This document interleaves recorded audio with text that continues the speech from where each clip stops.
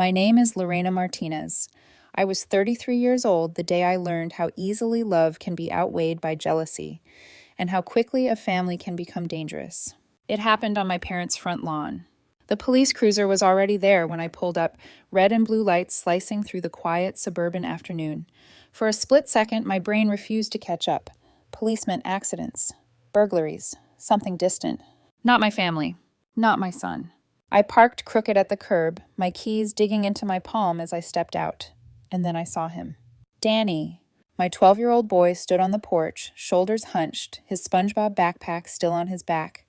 His hands were shaking, his eyes were wet. And standing directly in front of him, perfect posture, perfect hair, perfectly calm, was my sister.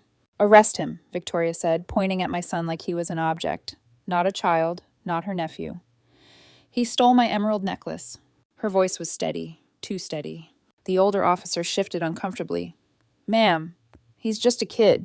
"It's worth $15,000, Victoria snapped, cutting him off. "Check his backpack if you don't believe me." I froze at the edge of the walkway. Danny's small body started to shake. "Mom," he whispered when he saw me. "I didn't take anything, I swear." "I know," I said, but my voice came out thin, brittle. "I know, baby." The younger officer, barely older than a college kid, knelt in front of Danny. "Hey, buddy, we just need to take a look, okay?" Danny looked at me for permission. I nodded, even though every instinct in my body screamed that this was wrong. The zipper opened. Inside, between his math homework and a half-eaten granola bar, was the necklace. Emerald stones. Cold, expensive, impossible. "No!" I gasped, stumbling forward. "That wasn't there. He didn't—" Victoria folded her arms and smiled. Not a big smile, a precise one. The same one she'd worn our entire childhood whenever she got her way. "Maybe you should have raised him better, Lorena." Behind her, through the screen door, I saw our parents. My mother stood with her arms crossed, lips pressed thin.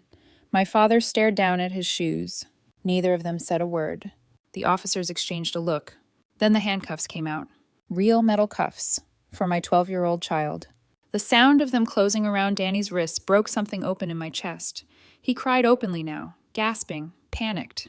"Mommy, please," he sobbed. "I didn't do it." "I know," I whispered, gripping his face gently. "I know." As they led him toward the patrol car, I turned to my sister. "Why?" I demanded.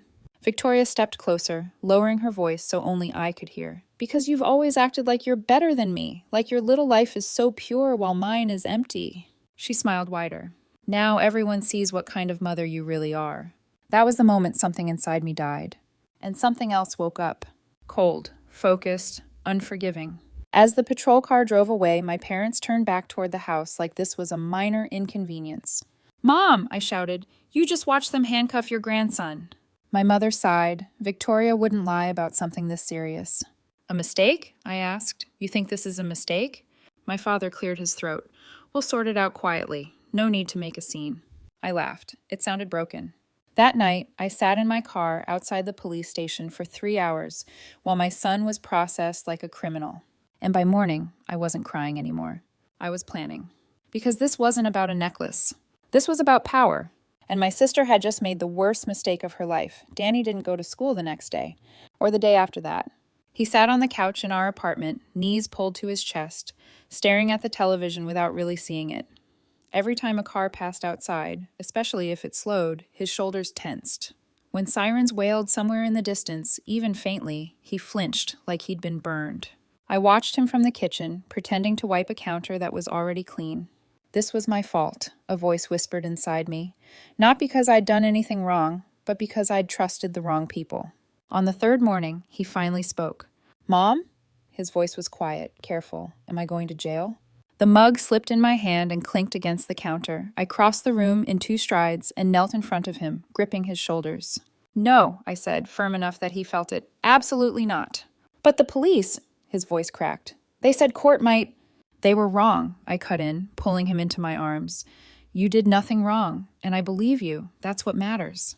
He nodded against my chest, but I felt how rigid he was. Belief from one person wasn't enough to erase handcuffs. After he fell asleep that afternoon, curled on the couch like he was afraid to take up space, I sat at our tiny kitchen table and stared at the wall. This wasn't just about Danny. It never had been. It was about Victoria. and it was about my parents choosing her again. Growing up, the roles had been set early. Victoria was brilliant, ambitious, loud about her victories. When she broke something, it was because she was passionate. When I made a mistake, it was because I was careless. When she needed help, doors opened. When I needed help, I was told to try harder. By the time I got pregnant at 21, the narrative was already written. She ruined her future, my mother had said, not quietly enough. Victoria, on the other hand, married well, climbed fast, collected titles like trophies. She was admired. I was tolerated. And now my son had paid for it. That night, after Danny went to bed, I opened my laptop. At first, I told myself I was just trying to distract my mind, something to do besides replaying the sound of metal cuffs closing around my child's wrists. But my fingers didn't wander randomly. They went straight to Victoria. Her Instagram was exactly what you'd expect. Perfect lighting, perfect angles, charity galas, conference panels, beach sunsets with captions about gratitude and grind. I scrolled, jaw tight. March, Seattle business trip. Only, when I clicked a tagged photo, it wasn't Seattle. It was Tulum. White sand, blue water, Victoria in a linen dress, sunglasses oversized, her arm draped casually around a man who was not her husband. I sat up straighter. The date matched exactly. I kept going. Vertex Solutions, her company, had landed a massive city contract the year before. She'd posted about it endlessly, calling it her proudest professional achievement. But public records are quieter than Instagram. I pulled city council minutes, procurement notices, bid summaries. 3 competing firms had withdrawn before the final vote. All 3. One of them, Redstone Tech, had filed a formal complaint citing irregularities. The complaint had been dismissed. 2 weeks later, Redstone's CEO had been arrested for tax fraud. My stomach dropped. Coincidence doesn't repeat itself that neatly. By midnight, my eyes burned. I drank coffee even though my hands were already shaking. This wasn't revenge, I told myself. This was protection. The next morning, Danny asked if he could help me cook breakfast. I handed him a spoon. Sure. He stirred eggs too slowly, concentrating like the world might punish him for rushing. Mom, he said quietly, did Aunt Victoria hate me? I closed my eyes. No, I said, she didn't hate you. That was the truth, worse than hatred. She hated that I was happy, I continued, and sometimes people hurt the easiest target when they can't stand how they feel inside. He nodded like he understood more than a 12-year-old should. After he went to his room, I called in sick to work. Then I kept digging. Victoria's company had a subsidiary I hadn't noticed before, Hastings Group. Our mother's maiden name. Registered in Delaware. P.O. Box address. Consulting services. Payments from the same city contract. Just under $2 million. I leaned back in my chair, heart pounding. This wasn't sloppiness. This was design. I borrowed my coworker Sylvia's laptop after mine crashed, under the weight of open tabs. I printed bank filings at the public library. I screenshot old blog posts Victoria thought no one remembered. 4 days passed in a blur. Danny stayed home. I told the school he was sick. They didn't argue. By Friday night, the folder on my table was thick enough to make my hands ache when I lifted it. And then there was one more piece. Officer Warren Briggs. The officer who'd knelt in front of my son. A quick search showed his wife worked at Vertex Solutions. And suddenly, Victoria's calm voice on the porch made sense. She hadn't been gambling. She'd been confident. I stared at the folder for a long time before making the call I'd avoided for 6 years. Detective Andrew Simmons, the voice said. Detective Simmons, I replied. This is Lorena Martinez. You investigated my sister in 2019. Silence. I remember, he said slowly. It shouldn't have been dropped, I said, and I have proof. Another pause, longer. What kind of proof? The kind that connects a false police report, I said, to a pattern of corruption. Bring it in, he said finally. Tomorrow, 9 a.m. I hung up and looked at Danny sleeping on the couch, his wrists still faintly marked red. Almost there, baby. Almost there. Detective Simmons' office smelled like stale coffee and old paper. It was the kind of place where time didn't move forward so much as settle into layers. I remembered it from 6 years ago, how intimidated I'd felt sitting in the same chair, clutching a thin folder, believing truth alone would be enough. This time, the folder I placed on his desk landed with a heavy thud. He looked at it, then at me. This is a lot, he said carefully. It's not even all of it, I replied. My voice surprised me, steady, controlled. The woman who had once begged to be heard was gone. It's everything I could prove without a badge. He opened the folder. Bank records, corporate filings, screenshots of payments routed through Hastings Group, copies of city procurement summaries, photos from social media with timestamps that didn't match the stories Victoria told the world. He didn't rush. Each page tightened his jaw a little more. Your sister's been funneling public funds, he said slowly, through a shell company. Yes, I said, one named after my mother. Simmons exhaled through his nose. That's bold. That's Victoria. I leaned forward. The necklace, she planted it. She had help. He looked up sharply. Officer Warren Briggs, I continued. He responded to her call. They went to the same college. His wife works at Vertex Solutions. Simmons sat back in his chair. And the timeline, he asked? I slid a printed page toward him. Danny was at my apartment until 4 p.m. Victoria called 911 at 3:45. She claimed the necklace was stolen that afternoon. Simmons studied the paper. That doesn't work, he murmured. No, I said, it doesn't. Silence stretched between us. Finally, he closed the folder. Why come to me now? He asked. I didn't flinch. Because 6 years ago, you investigated her. And 2 weeks after you closed that case, my parents donated $250,000 to the district attorney's re-election campaign. His eyes hardened. I didn't know about that donation, he said quietly. I did. He nodded once. This time will be different. I don't need reassurance, I replied. I need a warrant, I need charges, and I need my son's name cleared. He studied me for a long moment. Give me 48 hours, he said, and stay quiet. I stood to leave. At the door, he spoke again. Miss Martinez, I'm sorry about your boy. I didn't answer. Outside, the sun felt too bright. I sat in my car and let myself shake, just for a moment. Then I wiped my face and drove across town. Victoria's office building rose like a glass monument to self-importance. I parked across the street and waited. At 6 p.m., she emerged, laughing into her phone, designer bag over her shoulder, silver Audi Q7 waiting in her reserved spot. Her vanity plate read VXN CEO. I opened my notes app and added a line. Detective Simmons has the evidence. 48 hours. Then I scheduled an email. Every document, every photo, every receipt. Recipients. Major Texas news outlets, city council members, the FBI's public corruption hotline, scheduled to send in 72 hours, an insurance policy.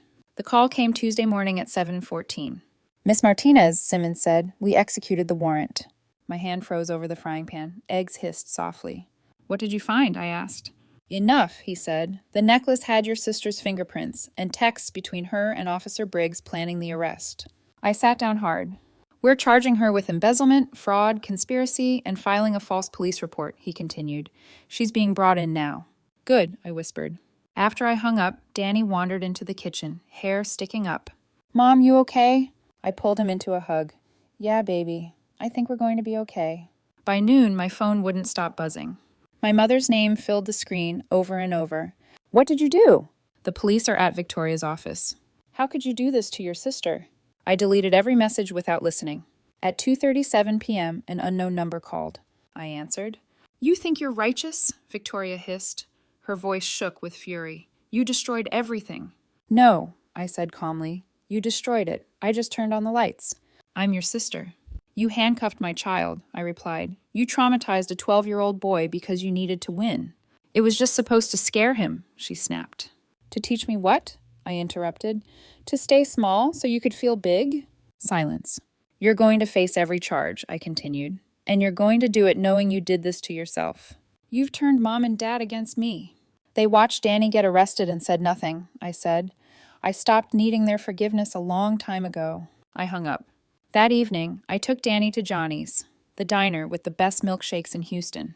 He ordered chocolate and smiled, a real smile. Mom, he said softly, is Aunt Victoria in trouble? Yes, I said, because of what she did. He nodded. I'm glad you're my mom. My throat tightened. I'm glad you're my son. Outside, the sun dipped low.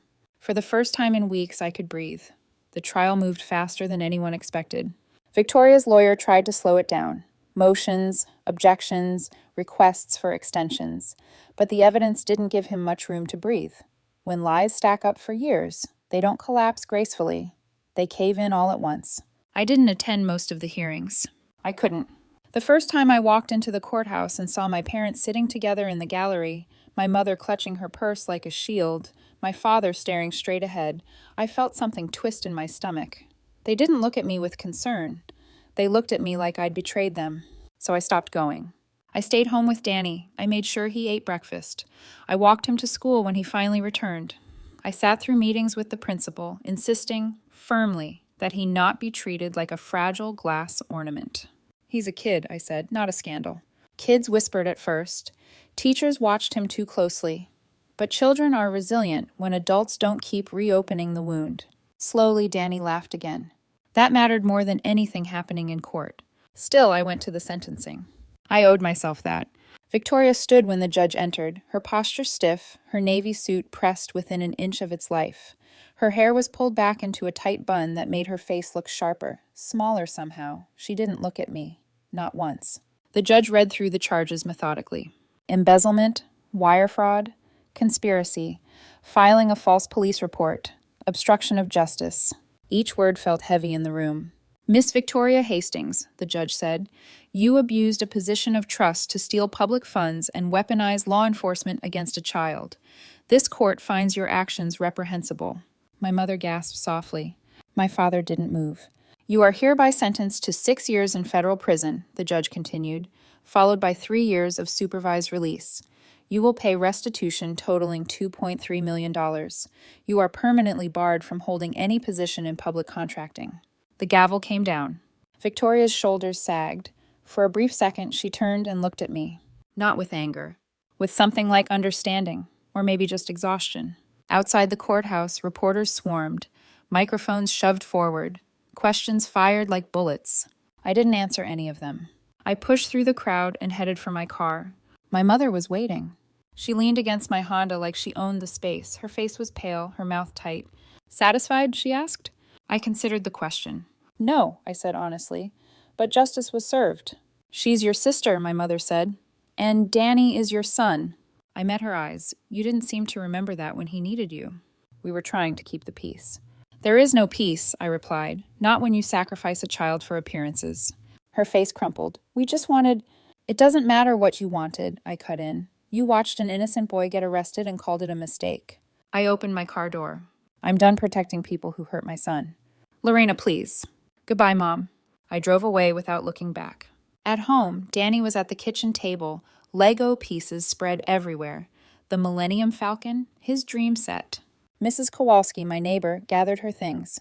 Everything okay? Yeah, I said. Everything went exactly right. After she left, I sat beside Danny and helped him search for the right pieces. We didn't talk about the trial. We didn't need to. Later that night, after Danny fell asleep, my phone buzzed. Charges against your son have been formally dismissed and expunged, Detective Simmons wrote. He's clear. I closed my eyes and let the relief wash over me. Pure, complete, earned. 3 months passed. Danny went back to school full-time. The whispers faded. His grades improved. He joined the robotics club. He started arguing with me again about bedtime, which felt like victory.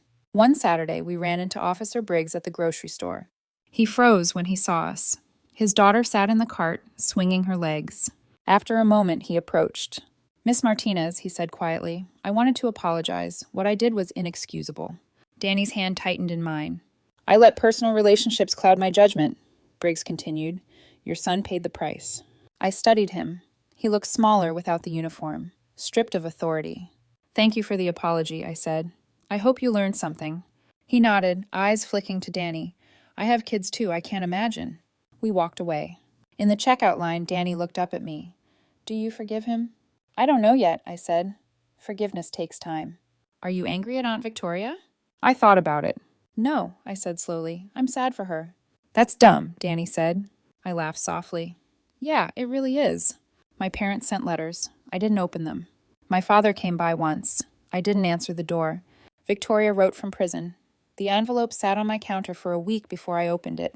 She didn't ask for forgiveness. She admitted jealousy, emptiness, regret. I folded the letter and put it in a drawer. I didn't need closure to move forward. On a warm afternoon in late spring, Danny and I drove to Galveston Beach. We built sandcastles, collected shells, ate overpriced ice cream. As the sun set, Danny leaned against me. This is nice, he said. It really is, I whispered.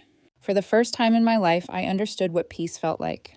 Not the absence of conflict, but the presence of truth. Peace didn't arrive all at once. It didn't crash into my life with fireworks or declarations or apologies that finally made sense. It came in pieces, small, almost unnoticeable moments that only mattered because of what we'd survived to reach them. 3 weeks after the sentencing, Danny slept through the night for the first time. No nightmares, no sudden gasps for air, no whisper of mom from the hallway at 2 a.m. I woke up before my alarm and just listened to the quiet. That was when I knew the worst of it was over. Life didn't magically reset. There were still court documents to file, meetings with school administrators, and the occasional sideways glance from parents who recognized my name from the news. But those things lost their power when weighed against something far more important. My son was healing. Danny started laughing again.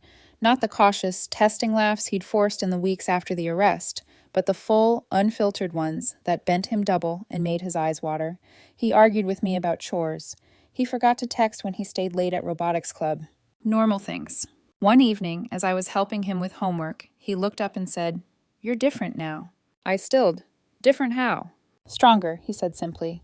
"Like, you don't look scared anymore." I swallowed hard and nodded. "That's because I'm not. Not of them, not of silence, not of being the bad daughter in someone else's story." Around that time, someone else quietly stepped into our lives. Evan. He was a systems analyst I'd met through work months before everything fell apart. We'd exchanged numbers back then, but life had gotten in the way. After the trial made local headlines, he texted me, not with questions, not with curiosity, but with one sentence. "If you ever want coffee, no pressure, just thought I'd ask." That mattered. Our first coffee turned into long walks. Long walks turned into dinners that lingered well past dessert. Evan never pushed for explanations. When I offered pieces of the story, he listened without interrupting, without trying to fix things that were already fixed. Danny liked him. That mattered even more. One Saturday afternoon, Evan helped Danny assemble a new drone kit. They worked side by side on the living room floor, heads bent together, arguing cheerfully over instructions. I watched from the kitchen and felt something unfamiliar but welcome settle in my chest. Stability, not dependency, not rescue, just steadiness. My parents tried again. They left voicemails this time, carefully worded, heavy with regret, and family is family phrasing. My mother cried. My father cleared his throat the way he always did when he wanted forgiveness without admitting fault. I didn't respond. Not because I hated them, but because boundaries are only real if you honor them when it's hard. Victoria wrote again. This letter was shorter. She didn't justify herself. Didn't explain. She just said she was attending mandatory counseling. That prison was loud and lonely and stripped of illusions. She ended the letter with, "I don't expect anything from you. I just needed you to know I finally see it." I folded it and placed it in the same drawer as the first. Seeing isn't the same as undoing. Forgiveness, if it ever comes, would be for me, not her. Spring rolled into summer quietly. One afternoon, as Danny and I drove home from school, he asked, "Do you ever miss Grandma and Grandpa?" I thought about it before answering. I miss who I thought they were. He nodded, satisfied. That was enough. A few weeks later, we went back to Galveston Beach. Not as an escape this time, but as a choice. Danny ran ahead, shoes in hand, laughing as waves chased his ankles. Evan carried the cooler. I brought the towels. We built sandcastles that leaned too far and collapsed. We ate ice cream that melted faster than we could keep up with. We stayed until the sky turned pink and gold. As the sun dipped low, Danny leaned against me again, warm and tired. "This still feels nice," he said. I kissed the top of his head. It always will. Because peace, I learned, isn't about pretending nothing bad happened. It's about refusing to let it define the rest of your life. It's about telling the truth even when your voice shakes. It's about choosing your child over appearances, choosing yourself over guilt, choosing the future over the comfort of familiar harm. That night, after Danny fell asleep, Evan and I sat on the balcony, city lights flickering below. "You okay?" he asked softly. I smiled. "Yeah, I really am." And for the first time in my life, I knew it was true. Not because everything was perfect, but because it was honest. Because we were safe. Because we were free.